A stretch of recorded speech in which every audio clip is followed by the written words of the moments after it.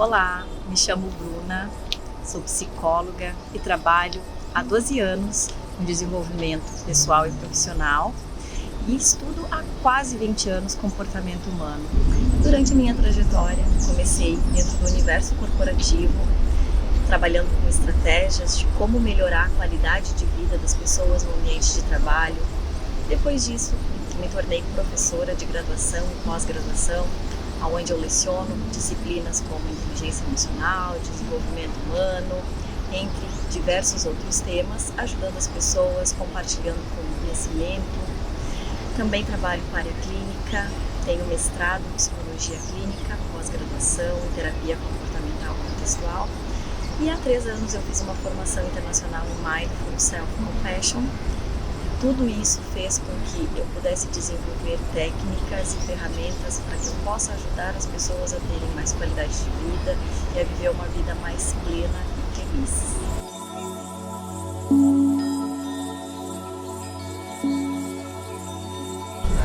Você sabe qual o segredo para viver uma vida mais feliz e mais longa? Uma recente pesquisa realizada por Harvard, que durou 75 anos, foi a pesquisa mais longa já realizada com seres humanos, encontrou os resultados diferentes do que a maioria das pessoas acreditam, que é status e dinheiro que traz uma vida longa e feliz. Durante essa pesquisa, eles avaliaram 2 grupos dos Estados Unidos, grupos tanto de pessoas socialmente econômica, mais abonada, e outros nem tanto, e os resultados demonstraram que o que faz as pessoas viverem mais, com mais qualidade de vida, mais felicidade, são os relacionamentos. É ter com quem contar, são relações profundas. Então, muitos de nós muitas vezes acreditam que a busca por dinheiro, a busca por estabilidade financeira é o que vai nos trazer felicidade, quando na verdade a felicidade está muito mais perto do que a gente acredita. Para que a gente possa ter bons relacionamentos, saúde de uma forma geral, é importante que a gente tenha autoconhecimento. Nunca se falou tanto em como desenvolver o autoconhecimento. Eu costumo dizer que o autoconhecimento é a chave da felicidade, porque se a gente não conhece aquilo que nos faz bem, aquilo que não nos faz mal, a gente não tem como definir o que é importante e nem mesmo pegar as rédeas da nossa vida. A gente vai seguindo o fluxo, vai indo no piloto automático e não vai se dando conta que a vida está passando. Então, quanto mais autoconhecimento a gente tem, quanto mais a gente sabe aquilo que nos faz bem, aquilo que não nos faz bem, e principalmente o que realmente importa na nossa vida, a gente não vai saber para onde a gente está indo. Como que a gente desenvolve, então, o autoconhecimento? Essa é uma das perguntas que eu recebo com muita frequência. O autoconhecimento ele pode ser desenvolvido de diversas formas. Claro que a psicoterapia é uma forma muito valiosa em que a gente consegue ter um resultado rápido, né, e mais certeiro, digamos assim, em relação às nossas fragilidades, ao nosso potencial, às coisas que nos incomodam, porque vai ter alguém ali me ajudando, olhando em perspectiva, olhando de fora e podendo me auxiliar nesse processo. Mas o autoconhecimento ele pode ser desenvolvido também com a autoobservação, através do mindfulness, que é algo que eu vou falar um pouco mais para vocês, através da observação de como as pessoas nos tratam, dos feedbacks que a gente recebe. Então, existem diversas formas, mas o mais importante é a gente querer desenvolver isso, querer conhecer melhor o nosso universo interno, entender quais são as emoções que mais me afetam, quais são as emoções que mais me tiram do eixo, quais são as emoções que me deixam mais entusiasmado, motivado.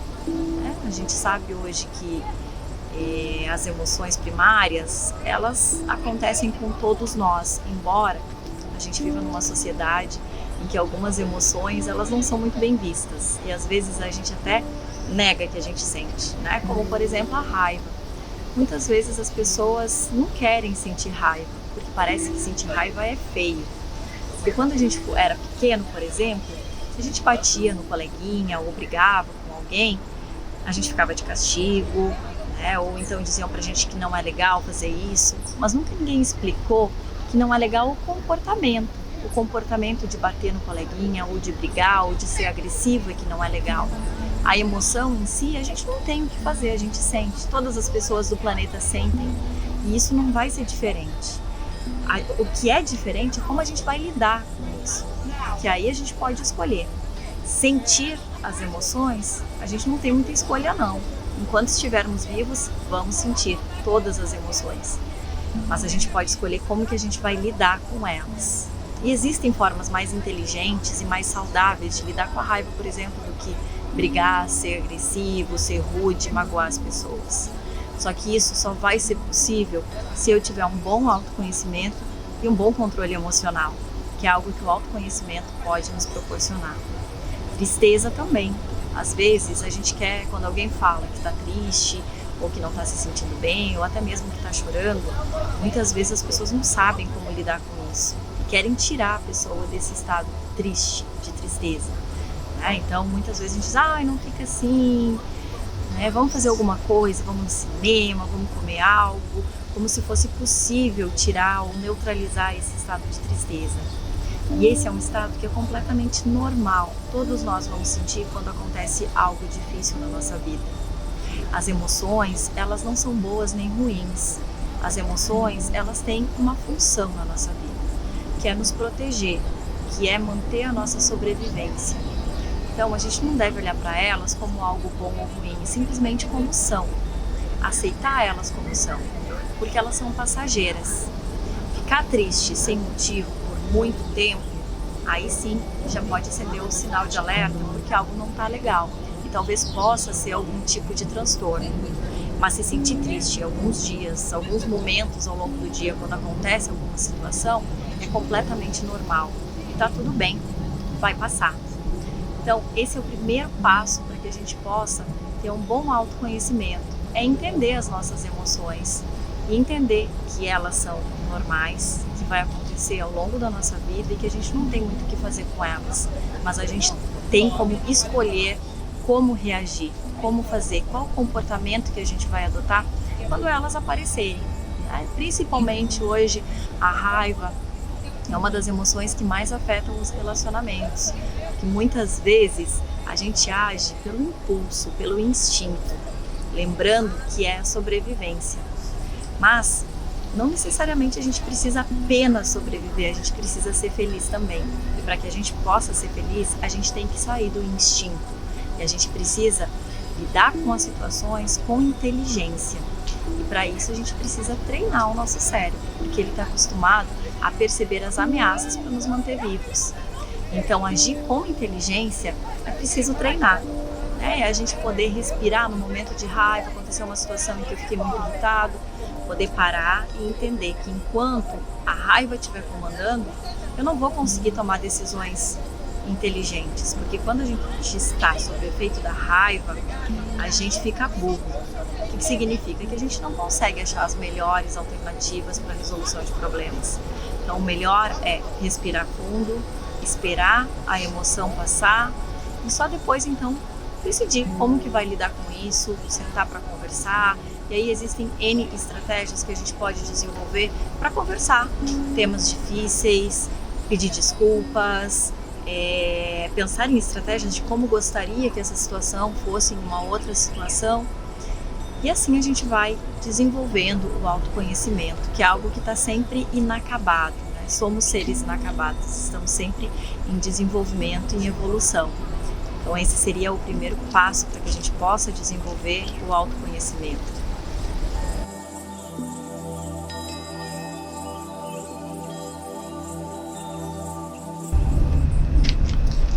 Um estudo realizado pela Kristin Neff apontou que 80% das pessoas tendem a ser mais ríspidos e mais críticos consigo mesmo do que com os outros. Isso faz sentido para você?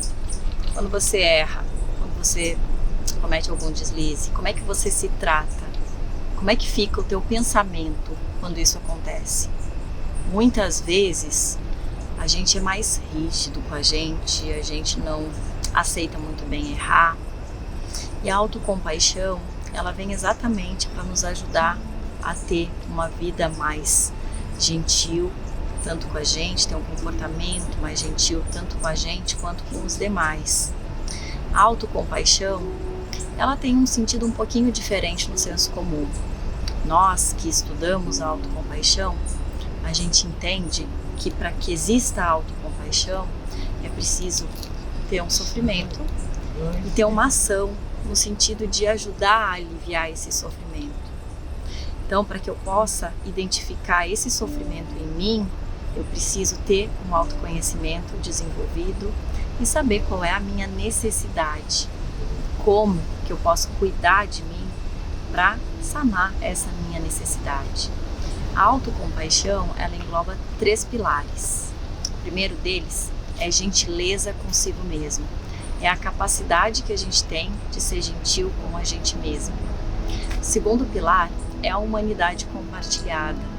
É aquele senso de que todo mundo erra em algum momento, todos nós temos uma existência imperfeita e isso nos conecta, isso faz com que estejamos todos no mesmo plano. Todos são passíveis de erros.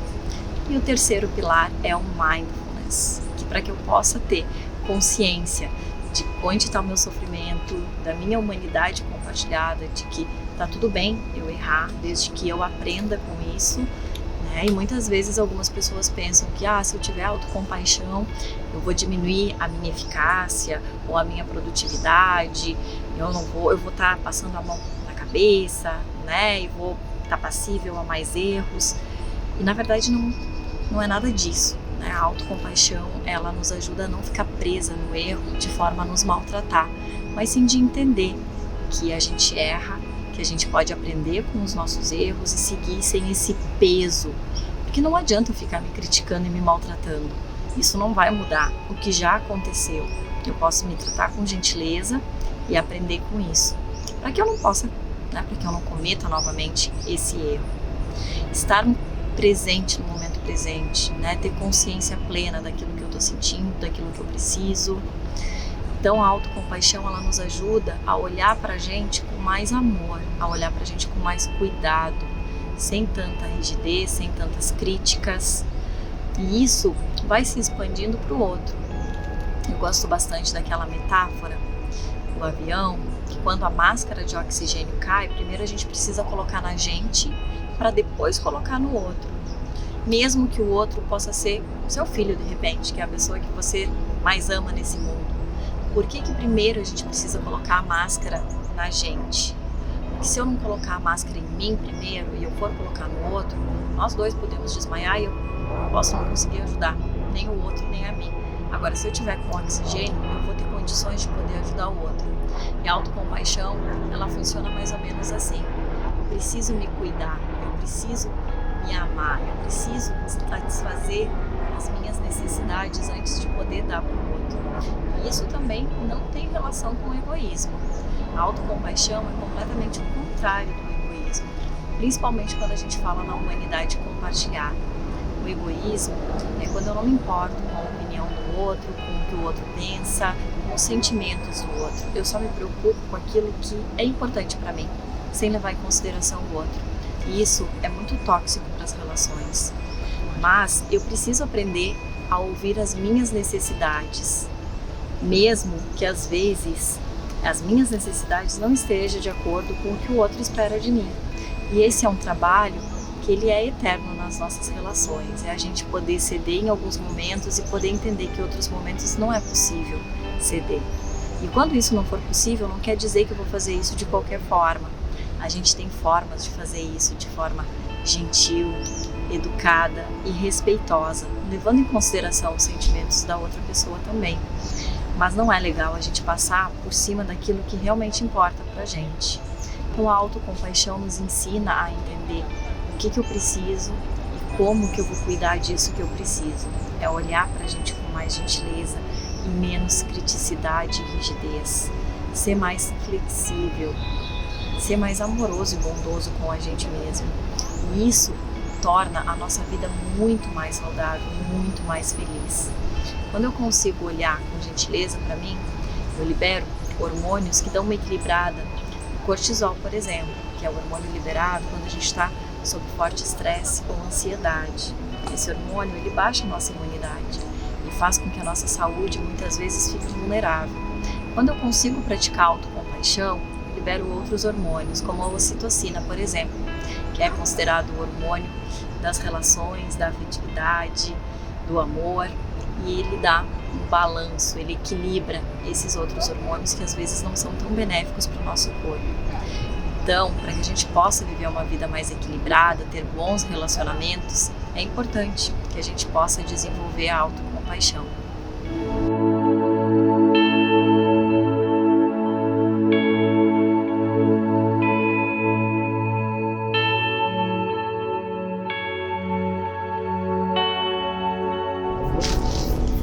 Você já ouviu falar sobre mindfulness? Essa palavra se tornou popular aqui no Brasil, principalmente na última década, mas é uma prática que já é desenvolvida há mais de 3.000 anos, principalmente no Oriente. Há algumas décadas, Jon Kabat-Zinn trouxe para o Ocidente essa prática e tornou ciência.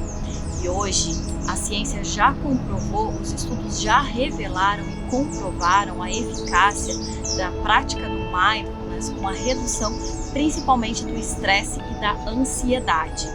Mas muitas pessoas me perguntam, o que significa mindfulness? Mindfulness, a tradução é como se fosse atenção plena, consciência plena. Nada mais é que estar presente no momento presente. O que isso significa? Que é muito difícil, porque muitas vezes a gente não consegue estar conectado com o que está acontecendo aqui e agora. A gente está sempre preocupado com algo que precisa ser feito, ou com uma situação que eu preciso resolver, ou com o supermercado, e muitas vezes a gente não consegue se conectar com o que está acontecendo aqui no momento, agora. E isso acaba fazendo com que a gente se torne cada vez mais ansiosos e mais estressados, não conseguindo aproveitar o momento presente e nem tampouco resolvendo a situação que está na nossa mente, ocupando espaço, né, na nossa mente, na nossa energia. Então o mindfulness é como se fosse um treino para o nosso cérebro, é como se fosse uma musculação para o nosso cérebro, em que a gente começa a ter mais consciência tanto dos nossos pensamentos quanto dos nossos estados corporais, das nossas sensações corporais. O mindfulness, ele nos tira, ele nos convida a sair do piloto automático, a ter as rédeas da nossa vida nas nossas mãos. O mindfulness, ele pode ser praticado de forma informal ou então formal. Como que isso funciona? As práticas formais são aquelas práticas em que a gente vai dedicar um tempo para apenas observar os nossos pensamentos, a nossa respiração, ter mais consciência das nossas sensações corporais, daquilo que a gente sente e treinar a nossa mente a voltar quantas vezes for preciso. Então, os estudos apontam que a partir de 15 minutos por dia e 5 dias consecutivos, a gente já consegue ter benefícios da prática. Mas não necessariamente a gente precisa apenas praticar de forma formal. A gente pode fazer isso em qualquer situação do dia a dia. A gente pode ter consciência do momento presente lavando a louça, por exemplo. E toda vez que a nossa mente devagar, sair, for para preocupações ou outros pensamentos, a gente fazer o treinamento de trazer a nossa atenção de volta para aquele momento, para aquilo que a gente está fazendo, que é lavar a louça, é sentir o sabão, é sentir o cheiro, a água, a textura, é se conectar com aquilo que está fazendo. A gente pode praticar mindfulness, tomando banho, comendo. Mindful Eating tem sido super útil, principalmente para pessoas que estão querendo mudar os seus hábitos alimentares, ter consciência naquilo que está consumindo, no alimento, na textura. Então é trazer a nossa consciência para o momento presente, para a atividade que a gente está fazendo. Mesmo que a nossa mente muitas vezes ela fuja, ela vá, é a gente trazer ela de volta.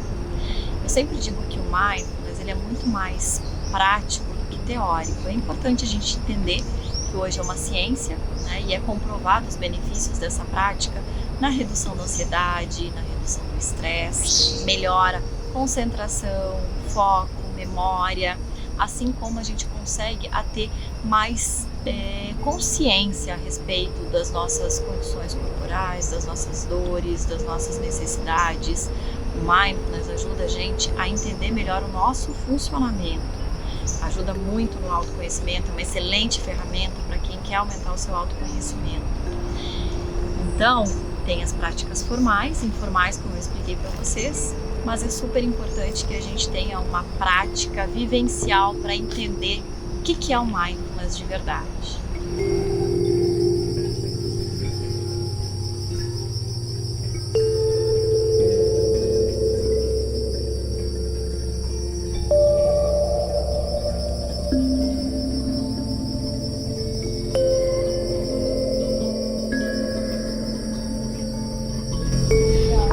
Vamos fazer uma prática de mindfulness. Então, agora a gente vai fazer uma prática formal, em que eu vou convidar você a sentar de forma confortável, de preferência, sem encostar as suas costas no encosto da cadeira. Tenta manter a coluna ereta, sem cruzar as pernas ou os braços. Feche os olhos ou simplesmente abaixe o olhar.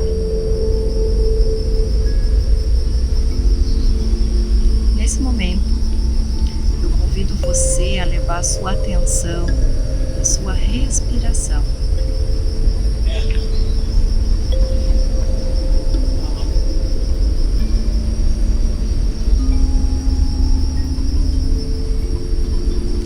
Apenas observe.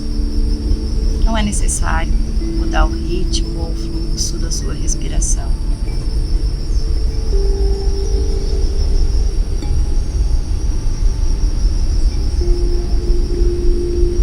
Sinta o ar entrando pelo seu nariz, enchendo seus pulmões e saindo.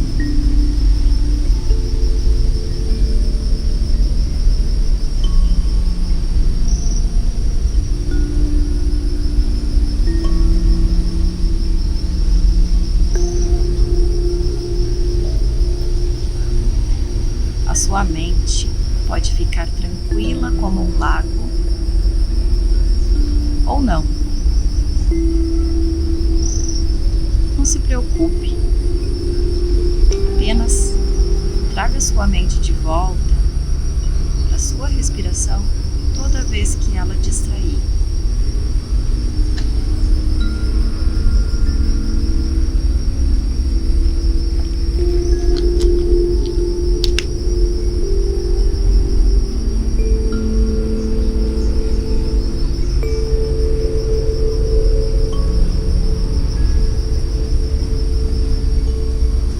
Sua mente devagar novamente,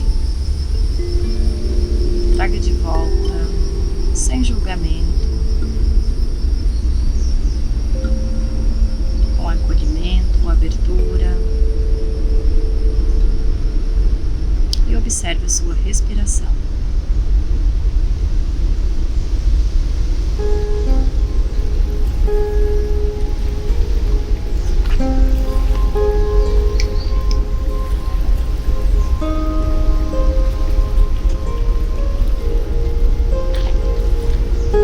Aos poucos,